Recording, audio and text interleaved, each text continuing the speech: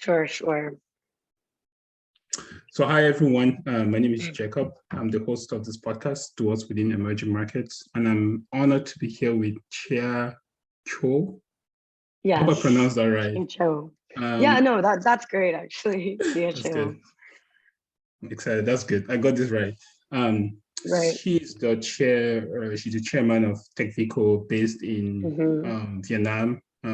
Yep. Is it in Hanoi, or is it in Chiang Yes, Mai? we're based in Hanoi. Okay, Yes. okay, that's great. That's great. I, it was just an interesting way I met her. I was attending a live session of pitches done by this fascinating organization from South Korea, based in South Korea, and she presented there. And I heard her story; it was great. And I think she has a lot to share on this podcast, and I'm really excited to hear her story and learn some very cool things from her. So thank you so much for being here. No, thank you. It's an honor for me. I've never been on a podcast before, so really looking forward to this experience actually. Yes. So yes, my name is Chia. I'm based in Hanoi. I'm the founder and CEO of Techvico, and we're basically a sensor fusion machine learning embedded systems development startup. So we focus on a lot of deep technology, so specifically SLAM, which is a technology that provides inanimate objects and mobile robots spatial awareness and semantics. So we've been working on this for 2 years now, and we're coming up with our first product, which we'll be launching next year. So that's really exciting. So yeah, I'm really looking forward to share about my experience. That's amazing. You just went right into it. So let's take a step back. So if you can, one of the things I love to hear from the guests on this podcast is just to learn about where they're from, how they grew up and all that. So one thing I would love if you can share with us is just like where did you grow up? Can you just take us back to where everything started? I think that'll be great. Right. Good to know. Sure. Yeah, so I'm Taiwanese actually, but I was raised in Malaysia, Kuala Lumpur. That's where I grew up. Yeah, so I was born in Taipei, and then my parents moved to Malaysia, so that's where I grew up. Up till high school, then I went to college in the States. I graduated Penn State. Oh, Penn State. So yes, Penn State. So then after that, we started the company in Vietnam, and for the past 2 years, mostly I was traveling a lot, busy with a lot of work and meetings around. But during COVID, things slowed down a lot. Obviously, traveling was prohibited. So then as more and more projects are ongoing with my startup here, I had to move to Vietnam. So this year, actually, I relocated and moved to Vietnam. So amazing. Yeah, we're going to talk about Techvico, and we're going to talk about, how you guys have, how you as a chairman has, navigated with your projects and all that. That's great. It sounds like you have been to many places, so you have an understanding of how cultures play into just how, how interconnected the world can be, but also how as a leader of a company, you have to take into consideration different cultures, right? For sure. So just going to that, how is it like, now you're a chairman of a company. Can you just take us on how you got to be a chairman of a company? What was the the stages that took you to this position? Right. So to be quite frank, like my story is a little bit non-conventional, I guess you could say. So I would say for me it's a little bit unique as well, but basically my startup is part of a global consortium. So within this global consortium, we are a family of tech companies in different verticals, and it's actually my parent company. It's a family business, originated from that. So that's kind of how I got my way to running this company right now. And yeah, That's so a great. little bit non-conventional. Yeah. That's great. To go into, so as you are the chairman of Techvico, Right. just tell us a little bit about it. Since you already give us an idea of what you guys do, what does Techvico do? And yeah, just give us a kind of a Sure, one sure. minute pitch. Sure, sure. So we focus on sensor solutions. Mhm. So we do a lot of sensor fusion projects where we fuse camera sensors with LiDAR sensors to provide a more robust solution for various applications. We work a lot with artificial intelligence. And one of the technologies, as I've mentioned before, is we focus a lot on SLAM, which is a technology that gives mobile robots spatial awareness. So yeah, that's what we're working on at the That's moment. that's fascinating. I myself, I have literally little or no background, but Right. you make it sound very interesting. So Thanks. once you got into Techvico, can you tell us like what has really made you passionate about AI? I know we talked offline and you said one of the things about your company is that you are really you love what you're doing. You mentioned Right. right? What really made you excited? Because I think it's very geeky to Yeah, be fascinated with for AI and sure. machine learning. So I know there are a lot of female listeners out there, Mm-hmm. young women out there that they don't see technology or AI as a space that they need to get involved in. Mm-hmm. Mm-hmm. Mm-hmm. What can you tell them to, or what can you share based on your passion, something Right. that they can get involved in? I see. So I think with technology, developing these really new advanced technology, it's really something that is human nature in which we're always chasing to better our lives. It's just not being satisfied with the status quo. I mean, if you think about it, just back in the days, when man created fire, it's because we're not we want to change, right? We want to challenge the status quo, and we want to move forward and advance as human beings. And I think a lot of people would argue and debate that we don't really need artificial intelligence, so to speak. And it's true, we don't need it per se, but I think it's just the human nature of, always staying curious, always wanting to know what could be, evolved, what could change, not being comfortable. So yeah, I would say that's what really drove my passion in artificial intelligence. And I think knowing that one day when robots become like another, like a gadget, like an iPhone, I would feel proud of myself for contributing towards that, no matter how big or small. So I would say that would be what really drives my passion in my field. No, definitely. And I think I did read an article that was written about you. And I think what was mentioned in the article, and it was very interesting for me, was you said something like, AI, especially in South Asia, it's one of those things that will have a huge impact in this century. I think you said decade. Right. And you gave some good stats. And I'm not asking you to give stats here, but you mentioned something like, this is going to be a very big market. And there's a huge resource in there.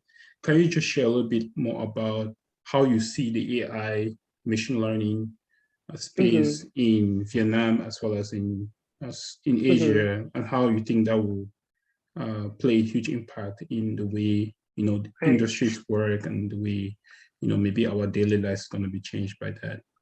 Right. Well, I think the change is already happening. It's happening progressively, so it's not very in your face. It's almost like it's like something that's going on in the background, and then all of a sudden you have this completely new technology. But people are not aware of the progressive changes that are being made in our daily lives. Starting from little things like Facebook ads or Instagram ads, like these things, it's like capturing your behavior, predicting that, that's AI. It can happen in many forms, or it could be big, noticeable, or just very slight changes in our lives.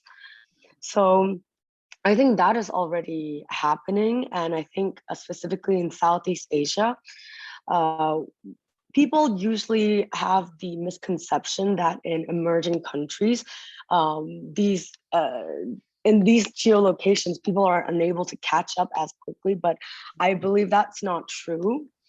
Of course, we're all doing our part the way we can. And obviously, I think with the market needs as well in Southeast Asia, it's also quite unique and different compared to other geolocations in the world.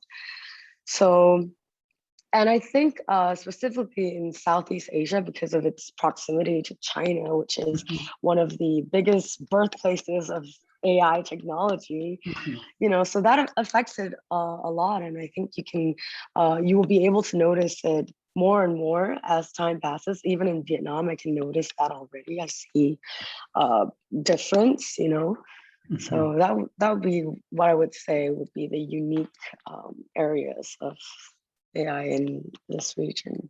Yeah, I completely agree with you. I do think, so I'm very passionate about emerging markets. And that's one of the reasons why I started this podcast. Right. To highlight stories like yours, because, I think most of the emerging technologies and application of them are actually going to happen in most of these emerging markets. And I know emerging markets sounds very, there are different definitions of that.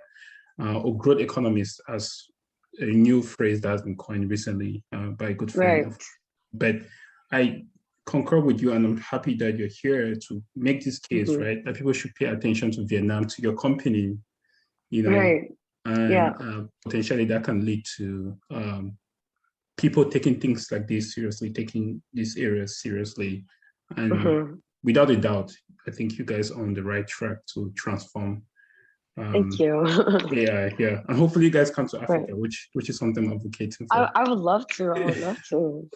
And so, I would also love to know a little bit more about the scene in Africa, like what it's like, the AI scene and tech, I think that's also very interesting. Yes, we'll get you there, definitely. We will, I promise. So now going out, last year was a tough year for every market, even in a very established economy like the United States. There was literally depression, like economic depression. Yes. Right. So what happened in Vietnam? I know that's and how did how did you, as the chairman of your company, navigate the tough year? Well, I think last year actually COVID did not hit Vietnam that hard. The economy was still doing pretty well. They didn't really have a terrible outbreak, as opposed to this year where I can see the negative reaction of Vietnam towards this, virus. It's a lot more apparent in this year. And I think to help my company navigate through it, it's really to be able to see the bigger picture, the vision eventually, and not just focus on the short term. I think obviously startups especially, we have to remain agile with no matter what circumstances we're faced or challenges that arise. It's always important to either pivot or just operate in a very agile manner to adapt to these changes. And some of the things that we really did over here was just focusing on the bigger picture, as in we might not be able to achieve significant results within a short period of time, but we're building upon the foundation for when things get better to have an immediate launch, so to speak. So I think, No, go ahead. No, I just feel that, I think for a lot of companies, some of them might feel the impact a lot stronger, but I think it's still important to not panic about the current situation. I know sometimes it's a little bit hard to predict as well, but just being able to adapt is very important. Definitely, definitely. I mean, that's a mindset of a good CEO, good chairman, taking the long-term view. So I concur with you, and I think the way COVID happened, the US was hit the most last year. Then it moved to Africa. Then now it's now going to Southeast Asia. It's like from the west to east. It's very interesting. Yeah. Hopefully, it doesn't come back this way, but hopefully. I hope not. So, but for all those out there who are still having challenges, we hope that you get the help you need, and things get of better. Course. So, I just want to make sure. So let's go back.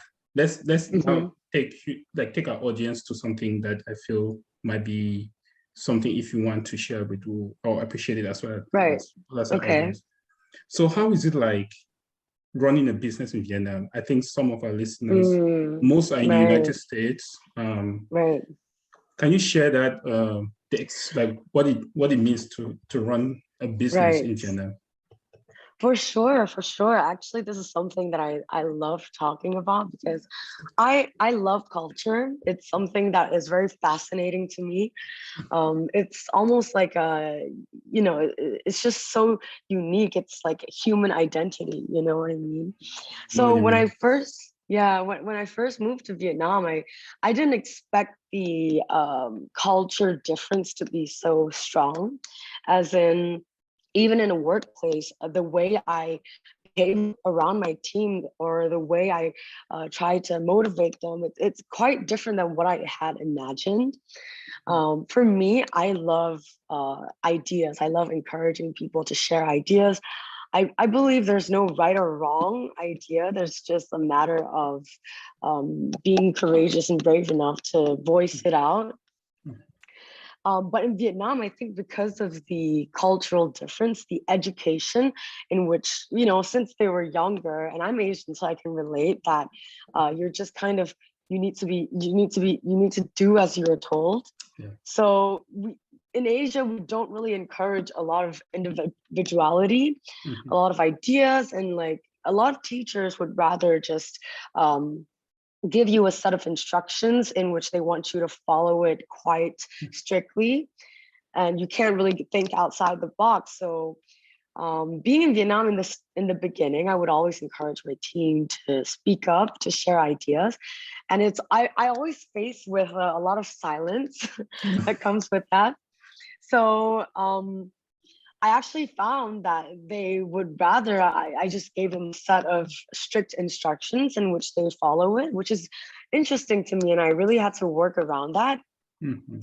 But at the same time, I wanted to cultivate and nurture my team's, individualities. I believe, they might have great ideas that they're afraid to share because of, not to say the suppression, but so to speak, in a way. So that was very unique to me. Yeah, and just little things, for example, like they have to take naps after lunch every day, which is like things like this. And I just find it really fascinating. Yeah. That's interesting. So, I think you mentioned something about people voicing their opinions and having this. Now you have to have the courage, but also the culture has to give you the leverage or the platform to feel comfortable, so that if you challenge, let me say, the chairman or your manager, you don't have repercussions, right? So how, and you have mentioned it's a struggle, and how have you, like, what is the process of like resolving that, making sure that on one hand, you give them that space to share the ideas, and on the other hand, you still, because I'm imagining, right, let me say when you talk to like older folks, there's still that level of respect you need to give and all that. But how, as you as a chairman, try to find how to resolve those two? Like, I think one is aging culture, and the other one is like a new, I want to say Gen Z. I don't want to say Gen Z. It's like more of like, it's kind of a new culture that's actually, it's not just a thing in Asia, but it's also in Africa too. Like young folks are now bringing in this culture and all that. So what has been some of the things you do that you can inspire them to feel confident to share, knowing that there'll be no repercussions in the workplace? Right. I think for me, when you see someone believe strongly in something and passionate about something, I think that's very influential, and that really, seeps through, and it motivates people to change as well. So the way I kind of counteract that is set the example for change. So what I expect, or what I would like to get out of my team, I would be the first one to exemplify that, for example. So I think through little actions like this, it might not, you don't see any changes in the beginning, but I believe like slowly or gradually, that kind of infectious, passionate behavior really can affect someone. And you gradually, like now I see my team opening up a lot more, being a lot more reactive to conversations, and starting debates, so it's good. Like I think sometimes it's easy to get discouraged, and I have been for the last 5 or 6 months, but when you see the changes occur, it really affects you in a way as well. Like I feel very fulfilled when I see that. So I think it's also the thing where, the harder you have to work, earn something, the more you appreciate it. Yes, I totally agree. And that's a great answer. I think leading by example is very, very important. And I have other guests have shared different versions of what you have said. Which I think that's definitely I don't say the right answer, but I think that's the most applicable and most infectious answer when it comes to how you deal with culture. Culture really takes a long time to change. So great feedback and great answer. So just going now into the entrepreneurial landscape in Vietnam. I'm just curious, how is it like in Vietnam like the entrepreneurial scene? Are there a lot of foreign experts, if I can say that? Are they, on the other hand, because I know your company is kind of, it deals with international allies. So kind of part A of my question. Part B is like, how do you think of the local Vietnamese? How are they viewing entrepreneurship? Is there a stigma against I'm an entrepreneur versus I'm a doctor or lawyer? Oh, right. Yes. And yeah, so what do you think is the perception of being an entrepreneur from the local perspective? I see. And the first question was, what is the general landscape of entrepreneurship in Vietnam? Do you think most experts want to go there to start their own businesses? Do you think there's a huge international scene in Vietnam to be part of the entrepreneurial ecosystem in Vietnam? Right. So I think Vietnam is a very unique and interesting place in the sense where within this country itself, there are two extremely polarizing perspectives and cultures as well. I think if you come across a Vietnamese person, they might be able to tell you, like in Hanoi and Saigon, the culture is extremely different. I think this ties back to history, where Hanoi used to be the opposing kind of, they have a more like they're communist, and it's like a little bit more conservative, a little bit traditional, whereas in Saigon they're a little bit more open, liberal, things like that. And even my friends, my Saigon friends and my Hanoi friends, they have quite different personalities, and I think that reflects in the startup scene. I think a lot of Vietnamese parents, they see startups as something that is unstable, something that is too risky. And, for in the Asian culture, stability is extremely important. That's why a lot of parents want their kids to be doctors or lawyers, accountants, have a government job, and that's stable. But what's also great and what I love about Vietnam in the culture is that the people are doers. I think this also ties back to the history as well, where they really had to struggle and fight. So I see a lot of my friends start their own businesses, and I think that is, in a way, a form of startup, one way or another. You know, just if you're, whether you're selling clothes on Instagram or if you actually have your tech company. So I see that in various aspects. And so to answer your question, I think the perception of startups in Vietnam can be very contrasting depending on who you ask. So, but I would say I don't see too many foreign startups here because Vietnam, it's such a, it has such a strong culture, and it's very hard to penetrate the Vietnamese market as a foreigner, to be honest, unless you have a partner or unless you have someone that really is familiar with the scene. They're not very they're quite resistant to foreign things, not in a bad way. It's just as in they have a very strong culture, and I think we see that as well in like countries like Japan or Korea, in which they love their culture. It's very strong. They're very passionate about, you know, their language, their unique characters, you know. Exactly. No, yeah, that's very interesting, and I kind of I think just my very mini trip in Asia, I think Vietnam had this very, you know, because I did a program. I think I mentioned this offline to you at the. I hope I mentioned the right school, Foreign Trade University. I think that's it. Yeah.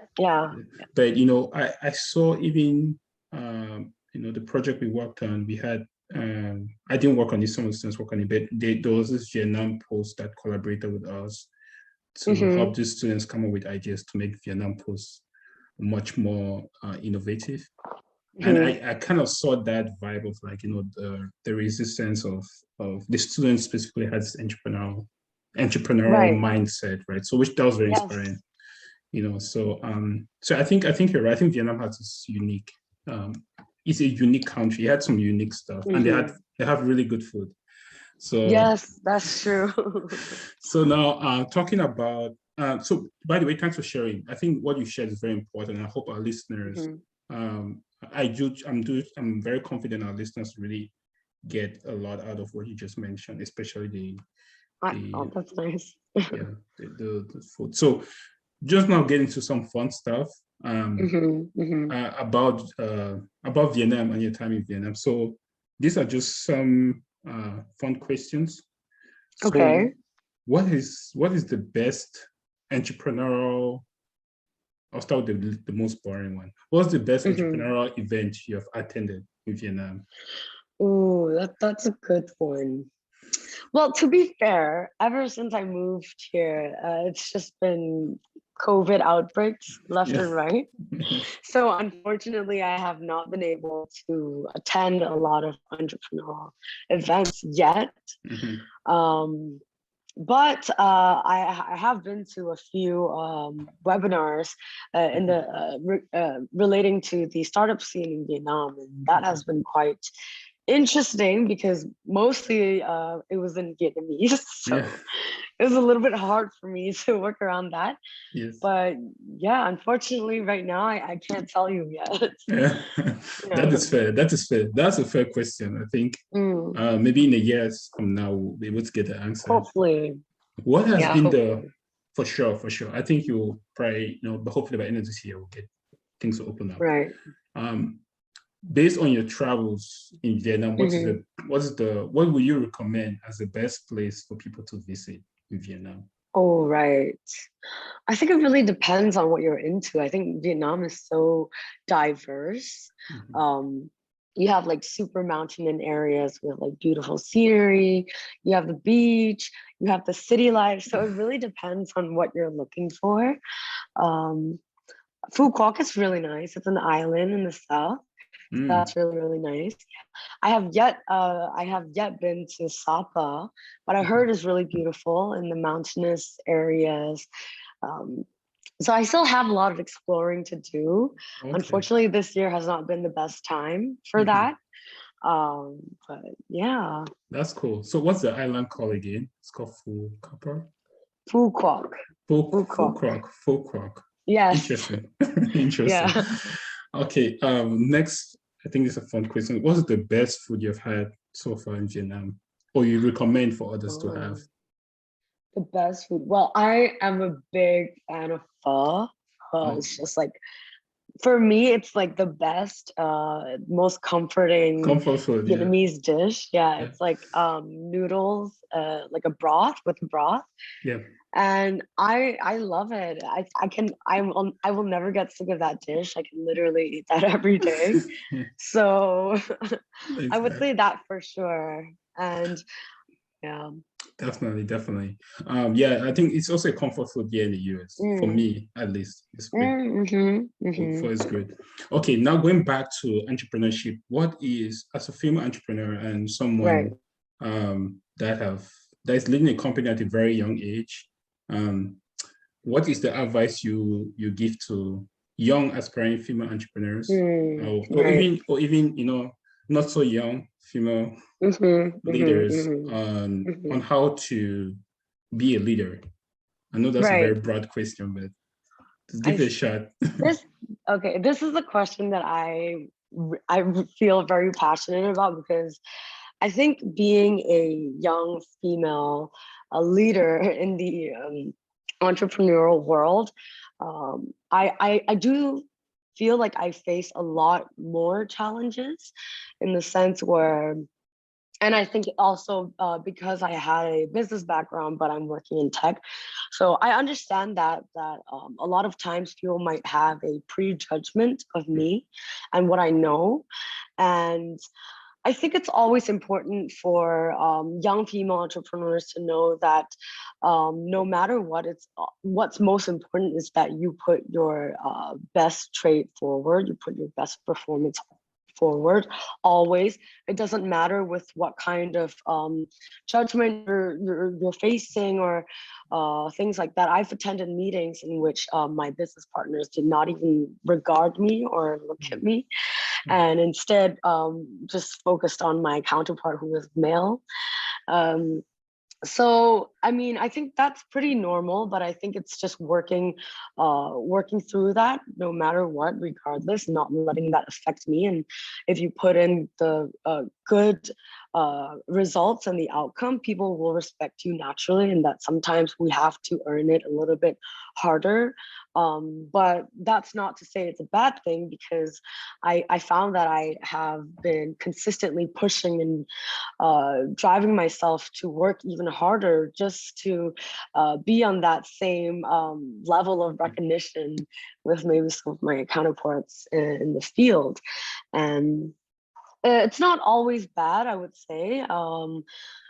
So I think it's definitely something that we have to be a little bit more resilient in working through, and hopefully that changes eventually in the course of time.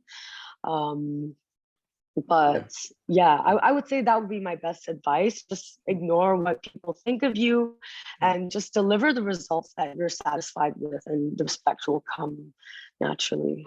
I completely agree. I think your work should speak for itself. At the same time, all the men out there too should also be willing to learn, to listen, and also appreciate the work beyond anything else, right? So as women put in the best work, which from my experience, I always do, I think the men should also change their perception of what is important and focus on what is that is a matter of work and not just anything else. So thanks for sharing that. I know this episode will definitely inspire some many young people out there too. I would hope so. Yes. No, they definitely will. Definitely, 100%, 100%. So kind of we're wrapping up here, and I wanted to get your take. And I think before I kind of come to conclusion, which you have been doing great, by the way, as your first podcast episode. Thank you. How do you think in general, like, are there a lot of foreign investors? Because we talked about entrepreneurs, right?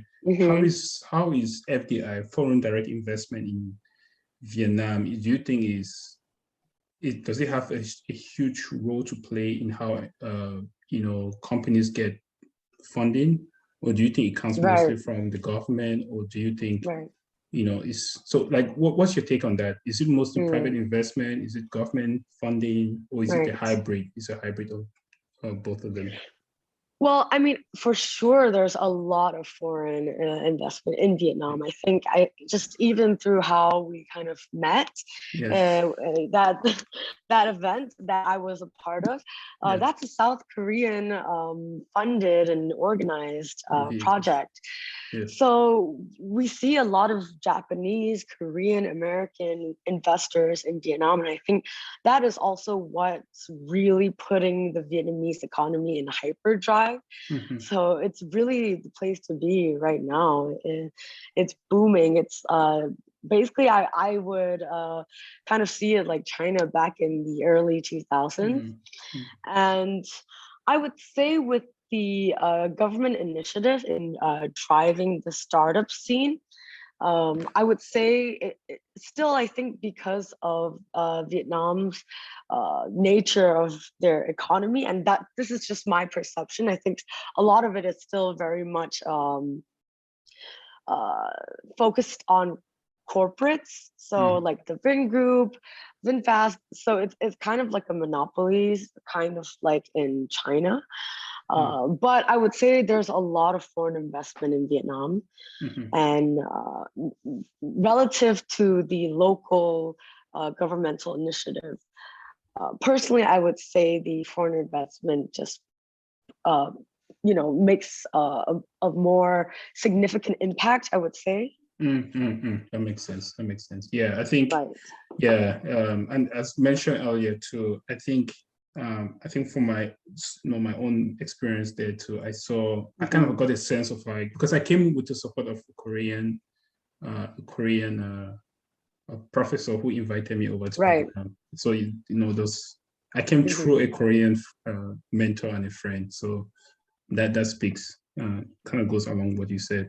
By the way, I want to give a shout out to V8os, because without them we couldn't have met. So they're great.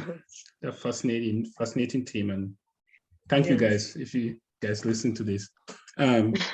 So just a few more questions, and it would be great to get your take on this. What has been the best advice you've ever received? Oh, okay. This is a good one. I would say the best advice I've ever gotten that I can think of right now is from one of my best friends, May. And I don't know if you are aware or if you have encountered these feelings before, but I think imposter syndrome is something I deal with a lot, especially in my workplace. So, I'm always pushing myself to do the most, and, pushing myself in the hardest way possible. But still, I face a lot of self-doubt. And actually, my best friend told me this, and I think it's very important. It's that no matter what you think of yourself, as long as you're being consistent, you will keep moving forward. And I think that's a really good advice, because I think even in days where I'm facing a lot of self-doubt, or I'm not sure if I'm performing to the level that I expect out of myself, as long as I'm consistent and always doing the work no matter what, and just not stopping. It's okay to progress a little slower, or have a little bit of a roadblock, but just always keep moving forward, I think. Yeah, that's a great advice. I need to say hi to your friend for giving the advice. Very completely agree with that. I had that's an A++, a great meaningful advice. So on the other side, what has been the worst advice you've ever received? The worst advice? That's a good one, because I usually don't remember that. I would say the worst advice I've ever gotten. That's funny.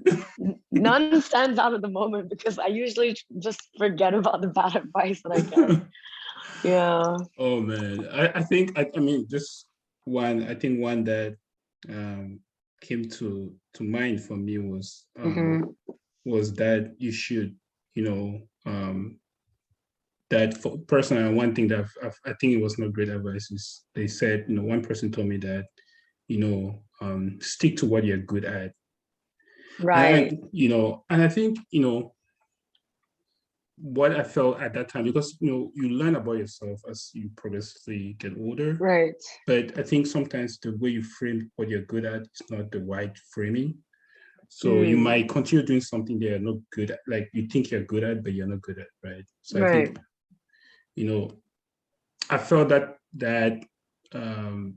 advice was not the best advice, because you might not, you have to first of all take a step back and frame who are you, right? And through that, you'll be able to find out what you're good at. So I just want to share that in place that when you're thinking about it, maybe you can share your worst advice in the next episode.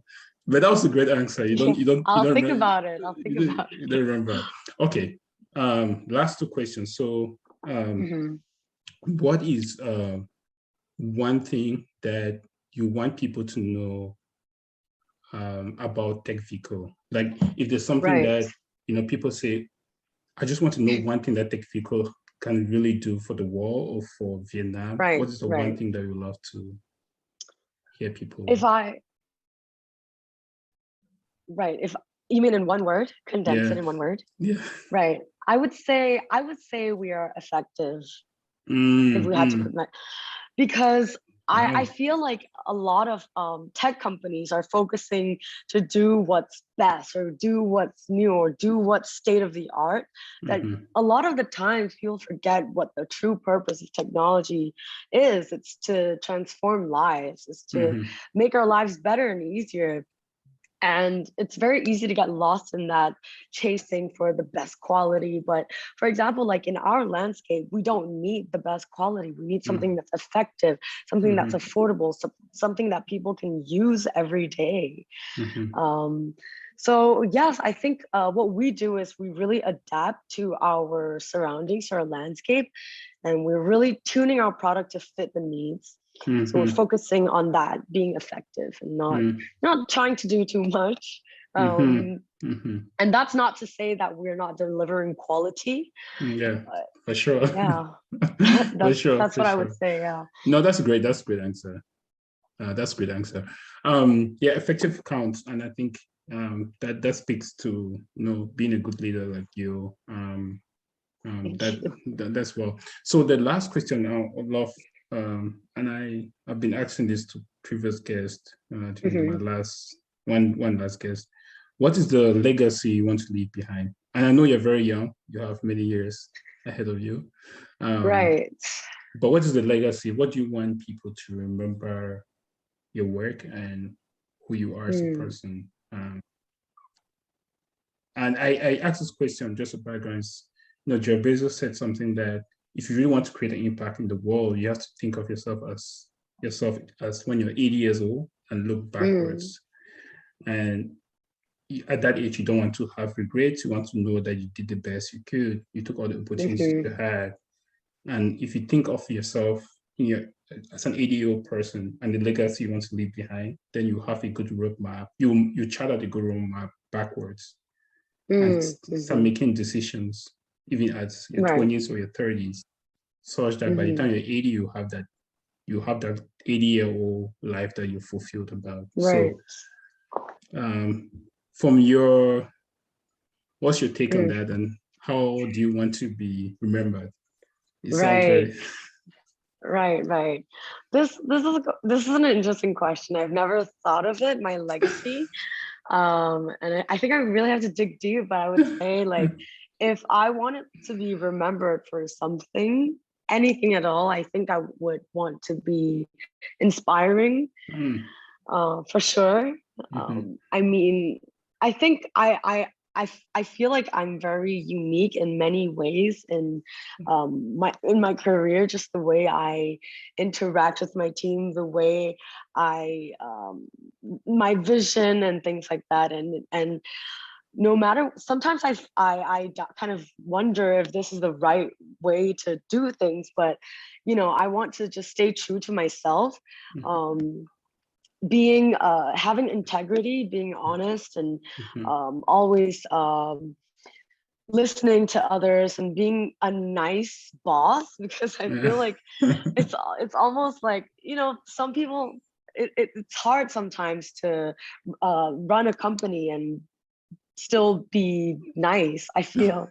You know, that's how I feel. So I want to inspire people, as in, like, you can be the change you want to see. As in, you know, we don't always have to conform to what society tells you to do or be. For it can start from anything, even AI. You know, like, be innovative, be different, be true to yourself, and hopefully you can inspire someone. Yeah, wow. Do that as well. Yeah. It sounds like you have thought about the question. That was really good. Really? No, I literally just thought of that, but no, that's I the would say truth. so, yeah. That was great. That was great. No, I've been rehearsing this all my life. It's actually was good. I was like, wow, Thank you. that was really good. I really want to thank you for being here. No, thank you. Yeah, this was great. Yeah, this was amazing. And we respect your last question, as I think your legacy has already been set out. You have done most of the work. Thank you. So I say true to that, because, you know, you're already leading the way, and just if you stay on that track, you definitely have a career, you know, a reputation, and a life that is worth in the history books.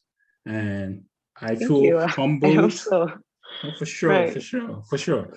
I'm certain the people interviewing this podcast are change makers. So you're one of them. You get on the list. I'm honored. I'm really honored. Thank you for this opportunity. For sure, certainly.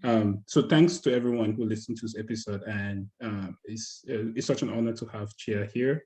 And you can also put in the links of her LinkedIn profile, and as well as her company, so you can check that out. And also an article. I think you have a very amazing article. Oh yes, well, yeah. So I'll put that in the podcast link. The video of this podcast is also going to be on my YouTube channel, and you can also check that out. So thank you guys for listening, and Chia, thank you so much. Thank you so much, Jacob. It was great. I had a really great chat. Awesome. So okay, see you guys in the next episode.